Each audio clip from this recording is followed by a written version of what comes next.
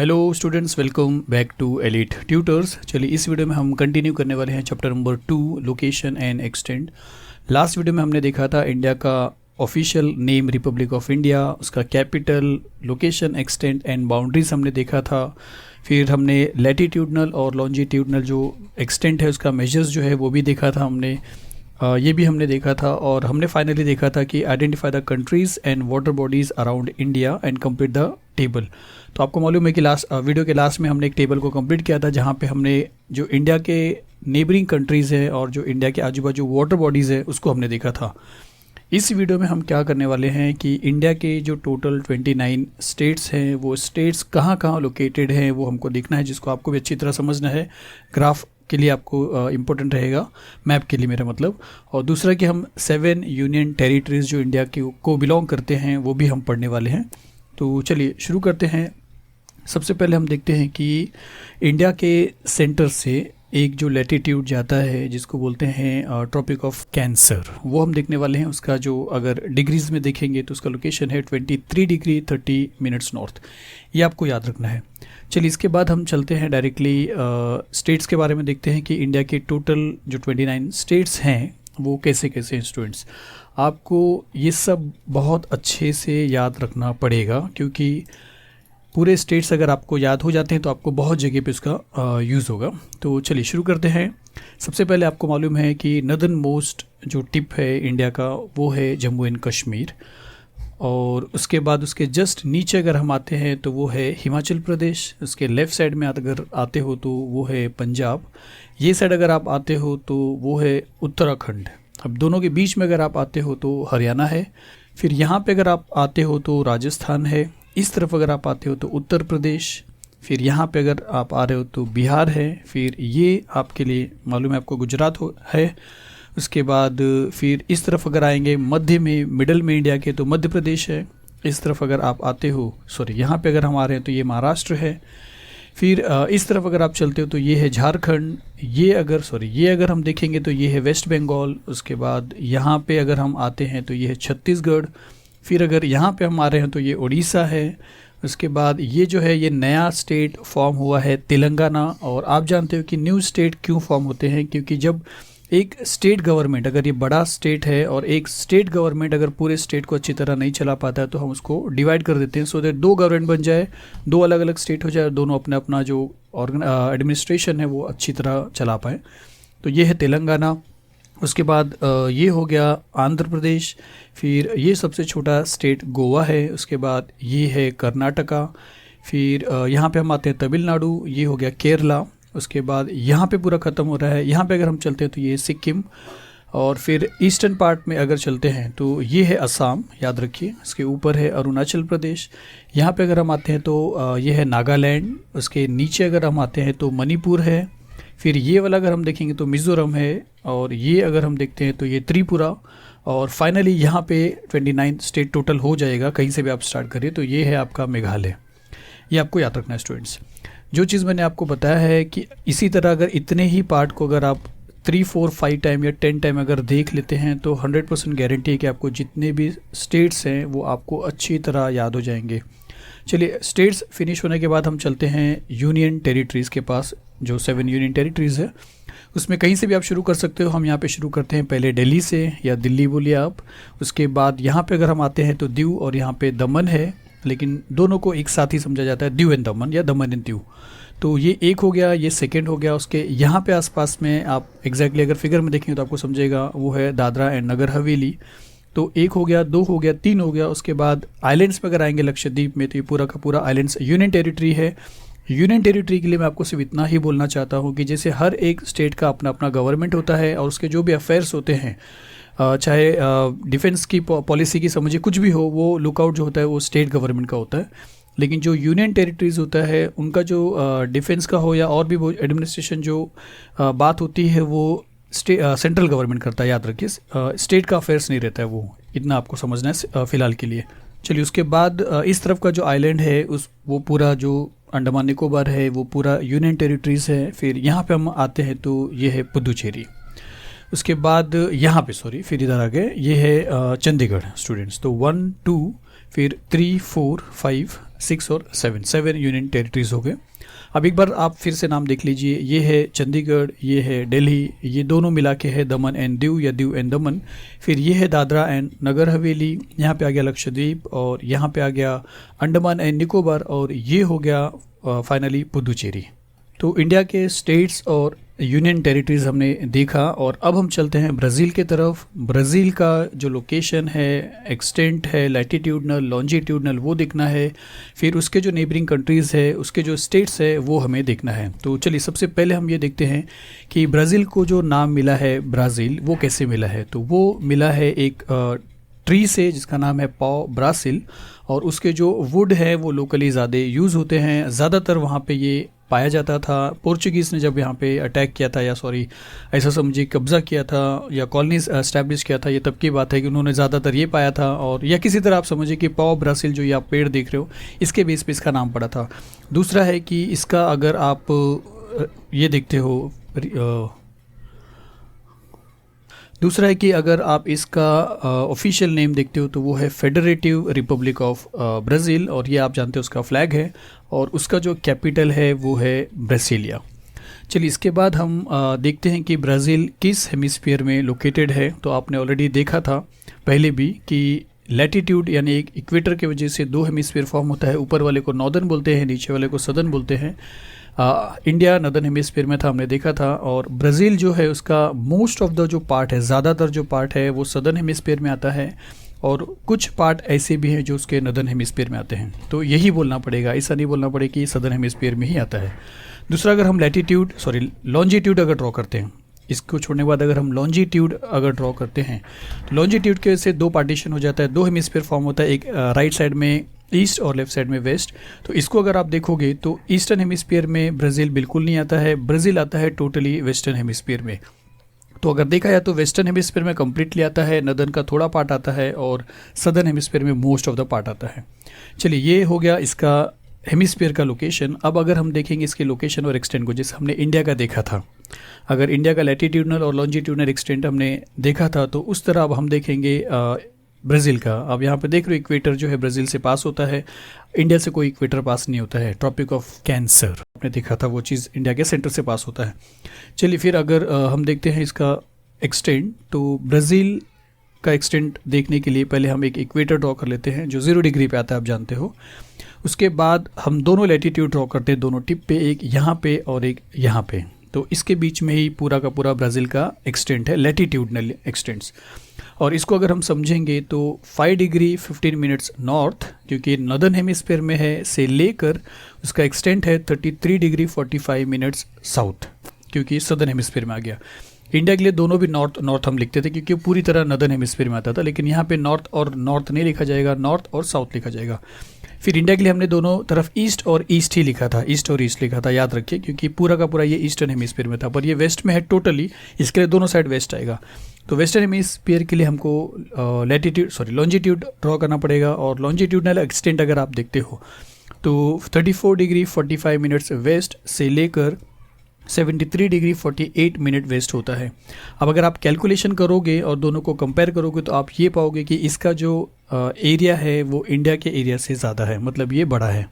तो ये सारे मेजर्स आप प्लीज़ अच्छी तरह याद कर लीजिए, आपके लिए बहुत जगह पे इसका यूज़ आपको मिलने वाला है। चलिए इसके बाद हम देखते हैं नेबरिंग कंट्रीज़ जो है, जैसे हमने इंडिया के देखा था, अब हम देखते हैं ब्राज़ील के नेबरिंग कंट्रीज़ और वाटर बॉडीज़।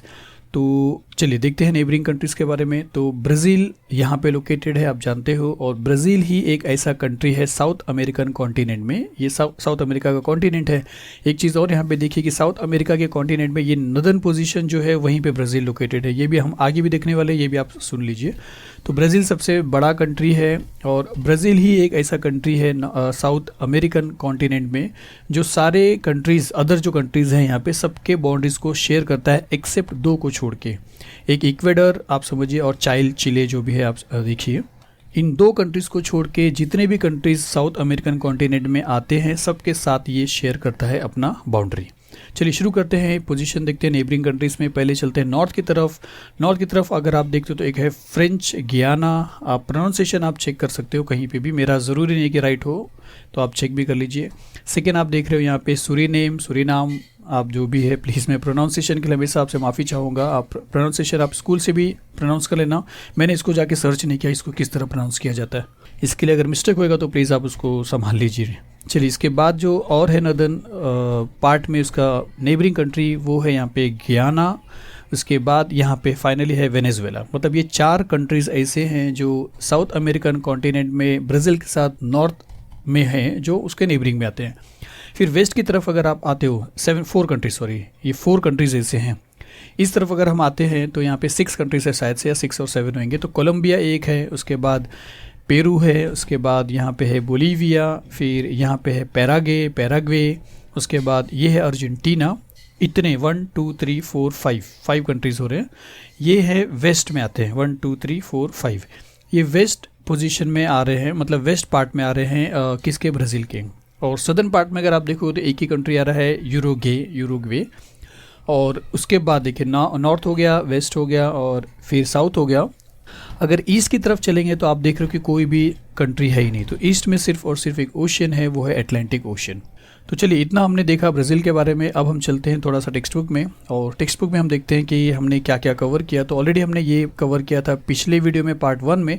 सेकेंड पार्ट में हमने देखा कि ब्राज़ील का जो ऑफिशियल नेम है वो है फेडरेटिव रिपब्लिक ऑफ ब्राज़ील, और उसका कैपिटल ब्रासिलिया है।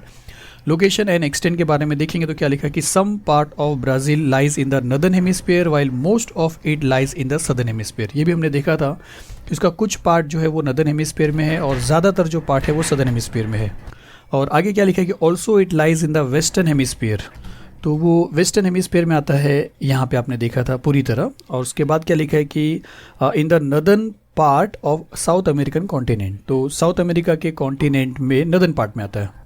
तो देखिए यहाँ पे कि साउथ अमेरिकन कॉन्टिनेंट के साउथ पोजीशन में ब्राज़ील नहीं है, वेस्ट में पूरी तरह नहीं है, ईस्ट में है लेकिन नॉर्दर्न पोजीशन में है, ये भी हम जानते हैं। और वही यहाँ पे लिखा है कि in also it lies in the western hemisphere, ये तो हमने देख लिया। इन the northern part of south American continent, ये भी हमने देखा था। उसके बाद हमने ये भी देखा था कि with the help of figure, जो फिगर आपको दिया था उससे हमने लोकेशन और एक्सटेंट जो है डिग्रीज़ और मिनट्स में, वो भी हमने देखा था। या आप यहाँ पे बाय हार्ट भी कर सकते हो, करना ही पड़ेगा आपको। और अब हमको क्या देखने को बोला है, या अब हमको क्या करना है कि ऑब्जर्व फिगर 2.2। ये जो 2.2 का जो फिगर है ये आपको ऑब्जर्व करना है। और नेबरिंग कंट्रीज़ जो है और वाटर बॉडीज़ जो भी है यहाँ पे ब्राज़ील का, वो आपको क्या करना है, लिख के बताना है। ऑलरेडी हमने देखा था और फिर से मैं आपको बता रहा हूँ कि आप इसको करिए। यहाँ पे मैं से बता रहा हूँ कि ये आपको फिल करना है नॉर्थ, वेस्ट, साउथ, ईस्ट में। नॉर्थ में अगर आप देखोगे तो ये 4 कंट्रीज़ आपको दिखाई दे रहे हैं। वेस्ट में अगर आप चलते हो तो ये 5 कंट्रीज़ आपको दिखाई दे रहे हैं। साउथ में सिर्फ एक दिख रहा है, और ईस्ट में अगर आप देखते हो तो सिर्फ और सिर्फ एक ओशन है। तो प्लीज़ आप इसको कंप्लीट करिए। इसके बाद हमको ब्राज़ील के अंदर जो स्टेट्स हैं वो सभी स्टेट्स आपको देखना है। ब्राज़ील के अंदर टोटल 26 स्टेट्स हैं, और आप यकीन मानिए कि ये 26 स्टेट्स को बाय हार्ट किस तरह कर लेंगे, उसके एक ट्रिक का वीडियो ऑलरेडी बन चुका है। आपको आई बटन पे यहाँ पे मिल जाएगा, वीडियो के लास्ट में भी मिल जाएगा, आप उसको देखिए और आपको 26 स्टेट्स जो है वो आपको बाय हार्ट हो जाएंगे। तो ये वीडियो के लिए या इस स्टेट्स के लिए आपको वीडियो को क्या करना पड़ेगा, वॉच करना पड़ेगा। आपको जितने भी 26 स्टेट्स हैं वो आपको शॉर्टकट ट्रिक से बाय हार्ट हो जाएगा, जो मैंने ऑलरेडी बना दिया है। चलिए अब हम देखने वाले हैं हिस्टोरिकल बैकग्राउंड ऑफ इंडिया। तो क्या लिखा है, एंड कंपैरेटिवली ब्राज़ील का भी देखेंगे। तो India was under the British rule for almost 1.5 century. तो याद रखिए कि इंडिया 1.5 सेंचुरी, याद रखना प्लीज़ ये नंबर, कि ब्रिटिश के कंट्रोल में था, ब्रिटिश के अंडर में था। उसी तरह अगर ब्राज़ील की बात करेंगे तो फॉर मोर देन 3 सेंचुरीज, देखिए 1.5 सेंचुरी है यहाँ पे, more than 3 centuries Brazil was under Portuguese rule. Brazil Portuguese के रूल में था अंडर में, और इंडिया ब्रिटिश के अंडर में था, याद रखिए प्लीज़। इसके बाद हम देखने वाले हैं इसका इंडिपेंडेंस डे। तो India got its independence in the year 1947। और ब्राज़ील की बात करेंगे वो भी हम देखेंगे। इसके बाद एक एक स्टेट का एक एक कंट्री का पढ़ेंगे। तो याद रखिए कि इंडिया को इंडिपेंडेंस मिला है 1947 में, आपको याद है प्लीज़, मैं फिर भी ऐसे ही बोल रहा हूँ। चलिए इसके बाद ब्राज़ील का अगर देखेंगे तो Brazil gained it's independence in 1822। इसके बाद देखिए कि इंडिया, ब्राज़ील का और इंडिया का हमने देख लिया, उसके बाद इंडिया के बारे में थोड़ा सा समझेंगे, उसके बाद डायरेक्टली फिर ब्राज़ील के पास चलेंगे। तो इंडिया में क्या हुआ था देखिए कि despite facing several problems like 3 wars, famine situations in various parts and similar issues after independence. मतलब इंडिपेंडेंस के बाद इंडिया को बहुत प्रॉब्लम फेस करने पड़े, बहुत सारे इश्यूज़ और बहुत सारे पार्ट्स में भी, जिसमें से मेजर देखिए आप 3 वॉर्स देख रहे हो, फेमिन का प्रॉब्लम आ चुका था। लेकिन डिस्पाइट यानी इनके सब के बावजूद भी इंडिया आफ्टर इंडिपेंडेंस में फिर भी इंडिया ने क्या किया, India is a major developing country of the world. मतलब इतना सिचुएशन बैड हालत होने के बाद भी India is a major developing country of the world. मतलब डेवलपिंग कंट्री जो वर्ल्ड में है उसमें इंडिया भी है मेजर में आगे। उसके बाद अगर हम और देखते हैं तो India is consider to be a global market too. India एक ग्लोबल मार्केट भी है, पूरे वर्ल्ड में इंडिया से गुड्स सप्लाई होते हैं, लोग इंपोर्ट करते हैं इंडिया से। तो India is consider to be a global market too. उसके बाद आगे चलते हैं कि इंडिया का जो इकोनॉमिक रिफॉर्म है, because of various economic reform, बहुत सारे पॉलिसीज़ फ्रेम होने की वजह से from time to time India's economic development has paced up. India का जो इकोनॉमिक डेवलपमेंट है वो पेस्ड हुआ। पेस्ड का मतलब है कि आगे बढ़ा। मतलब इंडिया हमेशा इतने बैड सिचुएशन होने के बाद भी बहुत सारे रिफॉर्म्स लाने के वजह से इंडिया का जो कदम है वो आगे की तरफ बढ़ता चला गया। चलिए, दूसरी बात है कि the proportion of youth in India's population is high. India की पॉपुलेशन में अगर देखा जाए तो यूथ का जो प्रोपोर्शन है, मतलब यंग लोगों का जो प्रोपोर्शन है वो बहुत ज़्यादा है। मतलब चिल्ड्रंस कम हैं और ओल्ड एज वाले लोग कम हैं, जो वर्किंग क्लास बोला जाता है। वैसे यूथ लोग जो है वो इंडिया के पॉपुलेशन में सबसे ज़्यादा है, और इसी का वजह है कि because this forms a major part of working population. और यही वजह है कि यूथ होने की वजह से वर्किंग पॉपुलेशन में इंडिया के लोग ज़्यादा आते हैं, और इसीलिए India is looked upon as a young country. India एक यंग कंट्री के जैसा जाना जाता है। तो ये सारी चीज़ आप याद रखिए। इंडिपेंडेंस उसका, फिर ब्रिटिश के रूल में कितने सेंचुरीज तक था, फिर वो जो फेमिन और वॉर्स फेस करना पड़ा, फिर डेवलपिंग कंट्री फिर भी इंडिया हुआ, ग्लोबल मार्केट हुआ, ये सारी चीज़, लिबरलाइजेशन यानी इकोनॉमिक रिफॉर्म्स और यूथ, ये सारी चीज़ आप प्लीज़ याद रखिए। चलिए ब्राज़ील के बारे में देखते हैं। तो ब्राज़ील भी from 1930 to 1985 for more than half century it was under a populist military government. Military government के अंडर में था। मतलब वहाँ पे जो भी कायदे कानून होते थे, जो भी रूल्स एंड लॉ होते थे, वो मिलिट्री के पास होते थे, और मिलिट्री गवर्नमेंट के अंडर में ही 1930 से 1985, मतलब हाफ सेंचुरी से थोड़ा ज़्यादा, मोर देन हाफ सेंचुरी, तो ब्राज़ील इनके कंट्रोल में था। ये आपको याद रखना है ब्राज़ील के लिए, और उसी तरह आपको इंडिया का हमने देखा था ऑलरेडी इंडिया के लिए। चलिए, इसके बाद भी क्या ब्राज़ील सक्सेस रहता था? तो नहीं, ब्राज़ील में भी पॉवर्टी थी, याद रखिए। तो यहाँ पे लिखा है कि it has overcome global financial difficulties in the late 20th century. मतलब ब्राज़ील में भी बहुत सारे फाइनेंशियल डिफ़िकल्टीज आए थे और उसने उसको ओवरकम भी किया। मतलब उससे लड़ के, उसको टैकल करके उसको हराया, पॉवर्टी को, फाइनेंशियल डिफ़िकल्टीज़ को। लेकिन कब तक हुआ ये चीज़? Late 20th century. इसके बाद फिर Brazil is seen as a contributor to economic growth of the world and an important market in the future. तो ब्राज़ील को भी देखा जाता है किस तरह, एक कंट्रीब्यूटर के रूप में, किस में, वर्ल्ड के इकोनॉमिक के ग्रोथ में। मतलब वर्ल्ड का जो इकोनॉमिक ग्रोथ है उसमें अगर और भी कंट्रीज़ कंट्रीब्यूट करते हैं तो ब्राज़ील भी करता है। ये चीज़ ब्राज़ील को देखा गया। दूसरी बात है कि ब्राज़ील को फ्यूचर में एक इम्पोर्टेंट मार्केट भी समझा जा रहा है। जैसे ग्लोबल मार्केट के रूप में इंडिया को देखा जा रहा है या इंडिया है, उसी तरह ब्राज़ील को भी देखा जा रहा है कि वो फ्यूचर के लिए एक अच्छा खासा मार्केट हो सकता है। तो चलिए, इस वीडियो में हमको यहीं तक देखना था, और इसके बाद हमको टेक्स्ट बुक में चलना है। टेक्स्ट बुक में हमने थोड़ा सा रिवाइज़ करते हैं कि हमने क्या देखा। तो देखिए, यहाँ पे हिस्टोरिकल बैकग्राउंड ऑफ इंडिया में अगर हम देखेंगे तो India was under the British rule for almost 1.5 century, ये हमने देखा। India got its independence in the year 1947। फिर despite facing several problems like 3 wars, famine situations in various parts and similar issues after independence, India is a major developing country of the world. मतलब इतने situation के बाद भी India एक अच्छा developing country साबित हुआ वर्ल्ड में। India is considered to be a global market too, ये भी आपने देखा। फिर because of various economic reforms from time to time India's economic development has paced up.